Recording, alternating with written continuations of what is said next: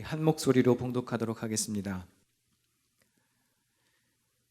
베드로전서 4장 7절과 8절입니다. 함께 봉독합니다. 만물의 마지막이 가까이 왔으니 그러므로 너희는 정신을 차리고 근신하여 기도하라.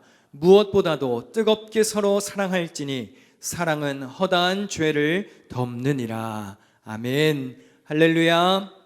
할렐루야. 예배의 자리에서 만나 감사합니다. 2019년의 마지막 주일 예배에 오신 여러분에게 하나님의 크신 위로와 평안이 함께 계시기를 축원합니다. 찬양대의 귀한 찬양 감사를 드립니다. 힘이 있는 찬양 감사합니다. 우리 올 한 해 동안 열심으로 봉사해 주셨는데 우리 할렐루야 찬양대 대원들 잠깐 자리에서 좀 일어나 보실까요? 잠깐만 일어나 보세요.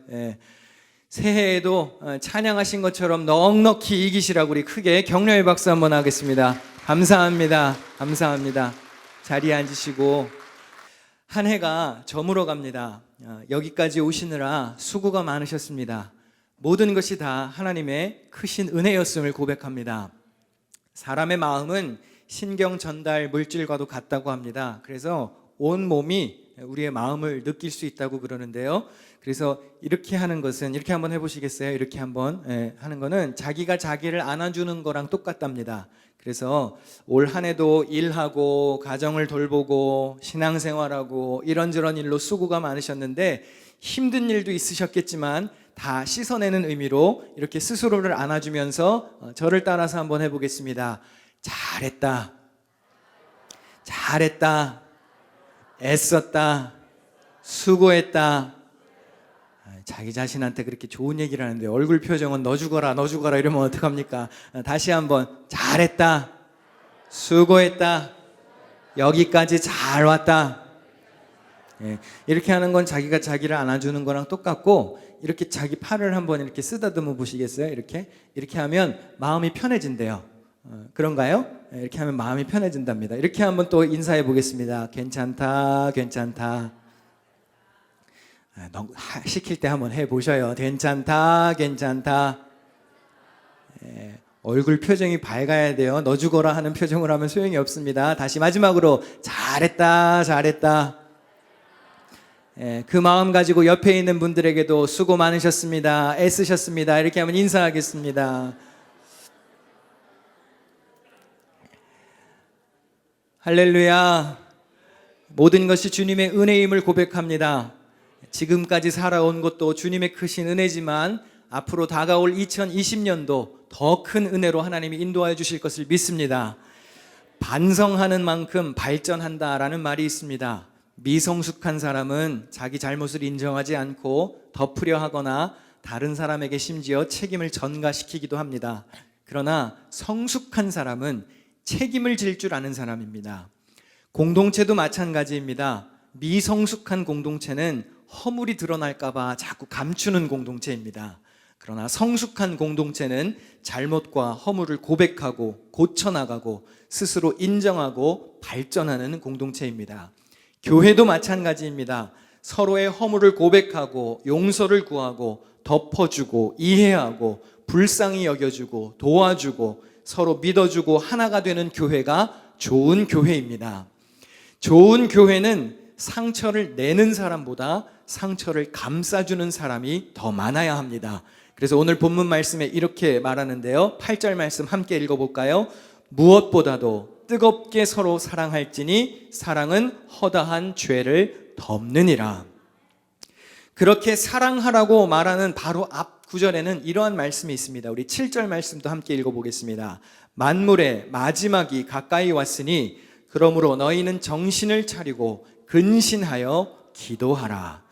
만물의 마지막 때가 온다고 정신을 차려서 기도하라고 말하면서 무엇보다 강조해야 되는 것, 실천해야 되는 것이 뭐라고 말하냐면 사랑이라고 말합니다. 마지막 때가 올수록 더 뜨겁게 해야 할 일이 무엇인가요? 사랑입니다. 종말의 때도 마지막이 오겠지만 이제 한 해의 마지막도 왔습니다. 이 시점에서 우리가 뜨겁게 실천해야 할 과제는 무엇이냐? 사랑이라는 것입니다. 덮어주는 사람이 좋은 사람입니다.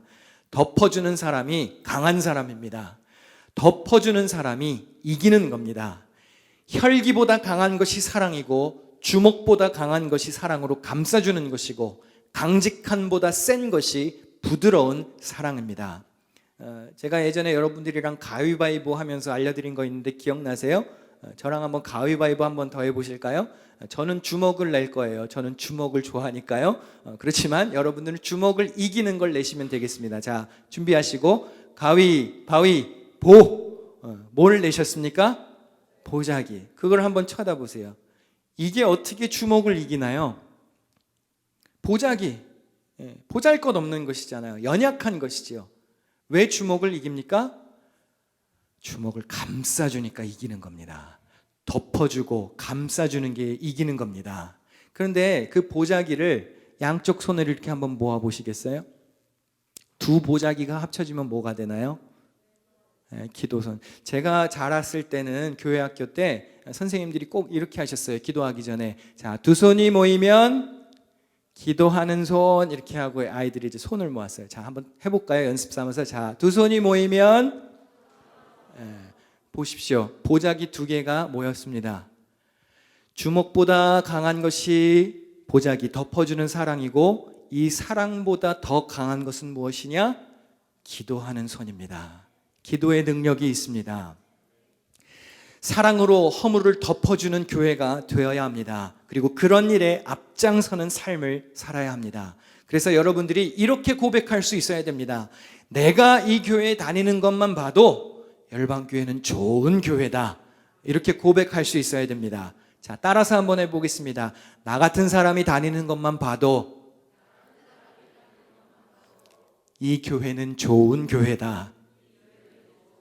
여러분, 그런 자신감과 자부심을 가지고 신앙생활을 해야 합니다. 내가 있으니까 우리 교회는 좋은 교회야. 내가 섬기고 봉사하는 우리 교회가 좋은 교회야. 왜? 내가 섬기니까. 그런 자부심이 있으셔야 됩니다. 그렇게 전심으로 교회를 사랑하는 자들이 되어야 합니다. 어디가 좋은 교회일까 하는 생각으로 방황하는 사람들이 있습니다. 그런 사람들은 결국에 또 다른 더 좋은 교회, 더 나은 교회 찾아서 또 배회하게 됩니다. 이제 방랑자 생활은 여기서 그치시고 좋은 교회를 만들어가는 사명자들이 되시기를 축원합니다. 2019년도 쉽지 않은 한 해였을 것입니다. 여러분 각자 나름대로 힘든 한 해를 보내셨을지 모르겠습니다. 여러분 가정에서, 일터에서, 학교에서, 교회에서 여러분의 대인관계 때문에, 건강 문제 때문에, 신변 문제 때문에, 경제적인 어려움 때문에 수시로 난관에 부딪히면서 홀로 눈물을 흘려야 했을지도 모릅니다. 열방교회도 올해 큰 전환의 시기를 거쳤습니다. 개척하여서 20년 넘게 목회하신 목사님이 떠나셨고 낯설고 어려운 세 사람이 지금 여러분 눈앞에 서 있습니다. 교회에서 리더십이 교체되는 일이 순조롭게 진행되지 않는 교회들도 많이 있습니다. 그래서 리더가 바뀌고 분란이 일어나는 교회들이 많습니다. 그런데 부족한 종을 따뜻하게 맞아주시고 지난 6개월 동안 사랑으로 보듬어 주셔서 참 감사를 드립니다. 아마 어색하고 잘 안 맞고 불편하기도 하셨을 겁니다. 그러나 도와주시고 참아주시고 배려해 주시고 또 이해해 주셔서 참 감사를 드립니다. 짧은 6개월의 시간이었지만 그래도 많은 일이 있었고 저 나름대로도 열심히 해보려고 힘썼습니다. 우리 EM 아이들의 예배를 좀 잘 세워보고자 예배 시간을 변경했고 하룻밤 부흥회를 했습니다. 직분자, 봉사자 교육을 했고요. 제가 오고 나서 두 가정에서 개업 예배를 드렸습니다. 제가 오고 나서 4명의 아기들이 새로 태어났습니다. 4가정에서 신분 문제가 해결되었다는 소식을 들었습니다. 힘이 닿는 데까지 교인들을 신방하고 면담했고 같이 식사를 했습니다. 내실을 튼튼히 하고자 교회 규약을 개정했고 또 새해 목회개혁을 세워서 완성해가고 있습니다. 열방성서대학을 은혜 중에 잘 마쳤습니다. 교육부를 잘 세워보려고 2명의 교육전도사님을 임명했습니다. 지속적으로 선교했고 선교의 지경을 넓히기 위해서 기드온 선교회를 새롭게 출범하여 세워가고 있고 또 이제 앞으로 선교 사업의 구체적인 방향을 하나씩 여러분과 공유하려고 합니다. 시무장로로 복직하신 장로님이 계시고 원로장로로 추대되신 분이 계십니다. 교육부 아이들과 또 아기들을 위해서 잠옷실과 교육실 공사를 시작했고, 그리고 오늘 3명의 아기들에게 유아 세례를 베풀게 되었습니다. 서서히 하나씩 힘이 닿는 대로 이미 좋은 교회였지만 더 좋은 교회를 만들어가고자 전심을 다해보려고 합니다. 그래서 모든 것이 잘 세워져 나가면 우리 교회 성도들이 하나님의 말씀으로 잘 양육되고 다음 세대 아이들이 훌륭하게 길러지고 더 많은 선교지와 선교사님들을 돕고 지역사회와 또 어려운 이웃들을 위해서 우리 교회가 넉넉하게 손을 펼 수 있는 교회가 되기를 꿈꾸어 봅니다. 약자를 위해 희생하기를 당연하게 생각하는 교회, 배려가 습관이 되고 섬김이 상식이 되는 교회, 기본과 본질에 충실한 교회가 되기를 꿈꾸어 봅니다. 열방교회도 좋은 사람, 또 좋은 일, 장점이 많은 교회입니다. 그렇지만 그렇다 그래서 완벽한 교회는 또 아닙니다. 이 세상에 완벽한 교회는 없습니다. 문제 없는 교회는 없습니다. 어디를 가나 마음에 안 드는 사람, 감추고 싶은 일, 단점들이 있기 마련입니다. 그래서 성숙한 공동체와 개인일수록 자기의 부족함을 인정할 수 있어야 합니다. 저부터도 부족함이 많음을 인정합니다. 저는 그렇게 특출한 재능이 있는 사람은 아닙니다. 이력서가 화려한 것도 아니고 제가 학벌이 좋은 것도 아니고 어떤 분야의 전문적인 능력을 갖춘 것도 아닙니다. TV에 틀면 유명한 목사님들처럼 웃기고 감동적인 설교를 할 수 있는 사람도 아닙니다. 제가 훌륭한 언변이 있는 것도 아닙니다. 저는 이렇게 할 말을 다 적어서 나와야 됩니다. 문장 하나, 조사 하나, 단어 하나까지 다 일일이 적어야 문장을 수정하고 수차례 에디팅을 해야지 이렇게 말할 수 있습니다. 그래서 이렇게 원고를 잘 갖춰서 나오지만 그래도 잘 못하고 또 틀리고 여전히 부족합니다. 지식과 경험이 많지 않습니다. 배울 것이 아직 많고 알아가야 할 것이 많습니다. 열심히 하려고는 하지만 늘 부족한 것이 사람이지요. 지난 6개월 동안 나름대로 최선을 다해 일해보려고 했지만 실수도 많았고 또 잘못도 많이 했습니다. 아마 알게 모르게 저의 말 때문에, 제가 한 일 때문에 마음이 상한 분들도 계실 것입니다. 그래서 참 죄송한 마음이 있습니다. 죄송합니다. 제가 부족해서 그렇고 잘 몰라서 그렇습니다. 전심으로 살자고 다짐하고 여기까지 달려왔지만 돌이켜보면 올 한 해도 죄송하고 미안한 일들이 참 많습니다. 우선 누구나 그렇겠지만 부모 앞에 우리는 늘 죄인이죠. 저도 마찬가지입니다. 젊어서 제가 말을 잘 들었을 것 같은가요? 안 들었을 것 같은가요? 어떻게 그렇게 잘 아세요? 얼굴만 보고 말 되게 안 들었어요. 제가 고집이 세 보여요? 세 보여요? 엄청 세거든요. 그래서 젊어서 말도 참 안 들었는데 결혼하고는 어디 왔어요?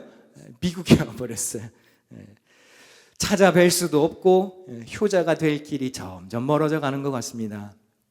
교회와 성도들을 늘 우선순위에 두어야 하다 보니까 제 아내와 아이들에게도 늘 미안한 마음이 있습니다. 좋은 남편, 좋은 아빠가 되려고 하지만 제가 집에도 잘 못 들어가가지고 어느 순간 저의 신분이 하숙생이 되어버렸습니다. 그래서 어느 날 저희 둘째 녀석이 아빠 이렇게 부르는데 이 집에 아빠가 어디 있어? 하숙생이지 그러시더라고요.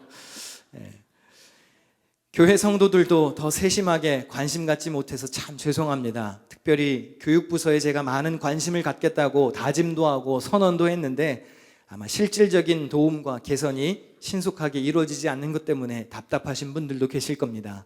그냥 하나씩 천천히 힘 닿는 대로 잘 해보려고 합니다. 그럼에도 불구하고 부족한 저를 이해해 주시고 믿어 주시고 따르며 도와주는 교역자들과 장로님들을 비롯한 많은 직분자들이 계신 것에 제가 참 감사합니다.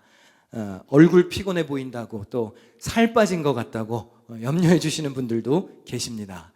목사님 와서 너무 좋다고 말씀해 주시는 분들의 그 격려 한마디가 그 어떤 것보다도 큰 위로와 힘이 됩니다. 어떤 분이 그러시더라고요. 목사님 와서 우리는 참 행복해요 이렇게 말씀하시는데 얼마나 큰 위로가 되었는지 모릅니다.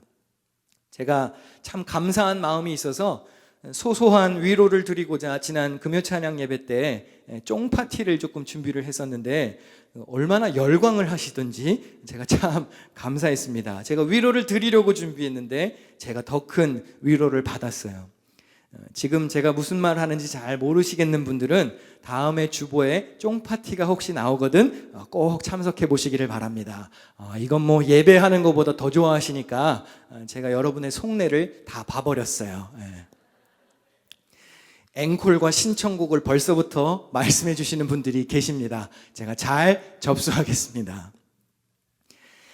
새로 부임한 사람이 와서 일하다 보니까 허물과 허점이 나타나기도 합니다. 그러나 격려해 주시고 위에서 기도해 주시고 사랑을 베풀어 주시는 분들에게 감사를 드립니다.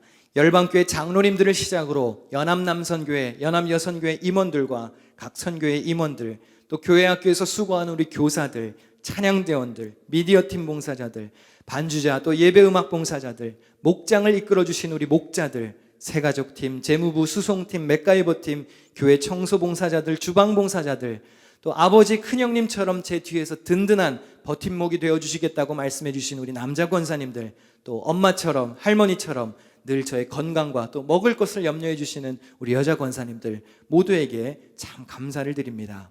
여러분 혹시 올 한 해 신앙생활 하시다가 교회에서 상처받고 어렵고 마음 아팠던 일, 또 분을 내고 다투었던 일이 있으시다면 이제 이 한 해의 끝자락에서 여러분의 마음을 푸실 수 있기를 바랍니다. 우리 에베소서 4장 26절을 함께 읽겠습니다. 시작.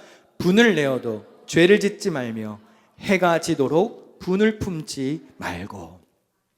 마음의 분을 품을 수 있는 유효기간이 언제까지입니까? 오늘 해 떨어지기 전까지예요. 그러니까 혹시 마음에 조금 상하신 것이 있으시거든 오늘 해가 넘어가는 모습을 보면서 여러분의 그 미움과 또 삐뚤어진 마음도 함께 넘겨버리시기를 바랍니다. 오늘 설교 제목처럼 메이크업이라고 하는 영어 표현이 있습니다. 그 사용에 따라서 여러 가지 의미가 있는데 세 가지만 소개하겠습니다. 메이크업이 명사로 사용될 때는 화장품이라는 뜻이 있습니다. 그래서 메이크업하다 그러면 무슨 뜻이죠? 화장한다라는 의미입니다. 화장은 왜 하나요? 더 못생겨지려고 화장을 하나요? 더 예뻐지려고 하나요? 더 예뻐지려고 하는 것이죠. 티나 흠을 가려주고 나를 더 예쁘게 해주려고 하는 겁니다. 저는 화장품이나 또 화장하는 선전을 보면 마음속에 큰 감동을 받습니다. 왜 그러냐면 이 화장하는 행위가 참 의미 있는 행위이기 때문입니다. 화장은 흠과 티를 가려줍니다. 그런데 우리는 매일 화장을 하거나 화장하는 사람을 보고 살지만 실제로는 그렇게 살지 못합니다. 자기의 흠과 티는 잘 가리지만 남의 허물과 잘못은 잘 덮어주지 못합니다. 오히려 남의 오점을 파헤치고 드러내고 고발하기 바쁜 삭막한 사회가 되어버렸습니다. 주님께서 그렇게 하신 것처럼 새해에는 남을 용서하고 덮어주고 이해하고 흠과 티를 가려주는 삶이 되어야 합니다. 두 번째, 이 메이크업이 동사로 사용되면 누군가와 화해하다라는 뜻이 있습니다. 화해를 할 때에는 때로 용기가 필요하기도 합니다. 여러분 새해에는 무너진 관계를 회복하시고 화해의 평안이 있으시기를 축원합니다. 마지막 세 번째, 이 메이크업이 동사로 사용돼서 무언가를 메이크업하다라는 의미로 쓰일 때는 이런 뜻이 있습니다. 잘못된 상황을 바로잡을 수 있도록 만회하다. 저는 이 의미가 참 좋습니다. 만회하다. 만회가 무슨 뜻입니까? 잘못한 것, 내가 놓쳐버린 것, 실수한 것, 만족스럽지 못한 것을 다시 한 번의 기회를 통해서 좋은 상태로 되돌려 놓는다는 것을 의미합니다. 미국에 와보니까 서양 교육의 참 좋은 점 중 하나는 뭐냐면 학생들에게 만회할 수 있는 기회를 준다는 것입니다. 과제물이나 시험의 결과가 좋지 않으면 다른 방법으로 만회할 수 있는 기회를 줍니다. 그런데 한국은 어떻죠? 한국은 한 번 잘못하면 그냥 끝이에요. 가차없이 그냥 안 좋은 평가를 해버리는 경우가 많습니다. 물론 요즘에 많이 나아지기는 했지만 아직까지 만회의 기회를 주는 데에는 조금 관대하지 못한 사회입니다. 그런데 한 번에 잘하는 사람이 어디 있겠습니까? 다 실수를 통해 성장하고 배우는 것이죠. 한 번 못했다고 끝나지 않습니다. 거기서 포기하면 안 됩니다. 예수님께서도 우리에게 한 번의 기회만 주신 것이 아닙니다. 다시 일어설 수 있도록 용서와 화해의 길을 주셨습니다. 만회하고 극복하고 메우기 위해서 더 노력하고 심혈을 기울여야 합니다. 살다 보면 누구나 실수할 수 있지요. 잘 모르고 미숙해서 잘못할 수 있습니다. 어쩌면 큰 사고를 칠 수도 있습니다. 그러나 한 번 물을 엎질렀다고 해서 거기서 포기하거나 좌절하면 안 됩니다. 만회할 수 있어야 합니다. 실수의 흔적과 얼룩이 남을 수 있겠지만 그래도 바로잡기 위해서 노력하며 살아야 합니다. 부모님들 또 선생님들 기억하십시오. 여러분들의 자녀들이나 제자들이 무언가를 잘못하면 꾸짖을 것은 꾸짖어야죠. 그러나 꾸짖는 것에서 그치면 안 됩니다. 다시 잘 할 수 있도록, 만회할 수 있도록 바로잡을 수 있어야 합니다. 그렇게 안내해 줄 수 있어야 합니다. 자녀들, 제자들 잘 기억하십시오. 때로는 우리가 그냥 은근슬쩍 넘어가기 위해서 죄송합니다 이 한마디로 때우는 경우들이 많이 있습니다. 그런데 때로 이 죄송합니다가 그냥 무책임하게 상황을 모면하려는 경우도 있습니다. 제가 군대에 있을 때는요, 저희 부대에서는 죄송합니다라는 말을 못 쓰게 되어 있었습니다. 그러면 사람이 잘못할 수도 있잖아요. 그러면 죄송합니다라는 말 대신에 무엇을 쓰면 좋았을까요? 죄송합니다 이러면 한 대 맞았거든요. 죄송합니다보다 좋은 표현이 뭐가 있을까요? 네? 육군에서는 뭐 시정하겠습니다라는 말을 쓰는 것 같기도 하고요. 왜냐하면 죄송합니다가 이런 거예요. 죄송해서 어쩌라고 이런 거거든요. 그래서 저희는 죄송합니다라는 말을 못 쓰고 똑바로 하겠습니다라는 말을 쓰게 되어 있었어요. 똑바로 하겠습니다. 야 인마 이러면 똑바로 하겠습니다. 아니 똑바로 하겠다는데 어떻게 해요? 근데 죄송합니다라는 말로 은근슬쩍 한번 그냥 상황을 모면해 버리려고 하는 경우들이 있다는 말입니다. 죄송해서 어떻게 하라는 것인가요? 다음에는 똑바로 할 수 있도록, 만회할 수 있도록 뉘우치고 반성하고 더 나아질 수 있도록 노력하라는 것입니다. 저도 부족함과 허물이 많지만 메이크업 해보려고, 만회해보려고, 내년에는 더 잘해보려고 노력하겠으니 여러분들도 새해를 그렇게 맞이하실 수 있었으면 좋겠습니다. 오늘 세례를 받는 아기들이 있습니다. 얼마나 감사한 일인지 모르겠습니다. 2019년의 마지막 주일을 이렇게 화려하게 장식을 할 수 있다는 것은 정말 감사한 일입니다. 여러분, 세례를 베푸는 일이 얼마나 중요한 일인지 아시나요? 마태복음 28장 맨 마지막 부분을 함께 읽겠습니다. 시작. 너희는 가서 모든 민족을 제자로 삼아 아버지와 아들과 성령의 이름으로 세례를 베풀고 내가 너희에게 분부한 모든 것을 가르쳐 지키게 하라. 마태복음에서 예수님이 제자들에게 마지막으로 부탁하신 일이 무엇입니까? 세상 모든 민족을 제자 삼고 그들에게 세례를 베풀고 주님의 뜻을 가르쳐 지키게 하라는 것입니다.